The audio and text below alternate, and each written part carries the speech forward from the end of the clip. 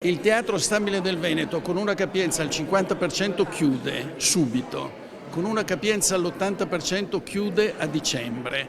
Quindi o viene restituita la possibilità a tutti di entrare a teatro e quindi di pagare un biglietto, oppure noi moriamo, ma con noi muore tutto il teatro. A lanciare l'appello al governo affinché si porti il pubblico a teatro ad una capienza del 100% è il presidente del Teatro Stabile del Veneto, che conta nei 3 palcoscenici di Venezia, Padova e Treviso 2265 posti a pieno regime. Appello che arriva nel giorno di presentazione del programma della nuova stagione teatrale Scenari senza confini, cartellone che ha l'obiettivo di coniugare l'internazionalità tenendo salde le radici sulla tradizione. Sicuramente per noi è un grande segnale anche di speranza e di fiducia nei confronti del futuro. Vogliamo che i teatri riaprano a piena capienza e che il nostro Teatro Stabile del Veneto riprenda ad avere quel ruolo centrale per la cultura veneta e che il suo riconoscimento di teatro nazionale. Questo è il nostro impegno per il futuro.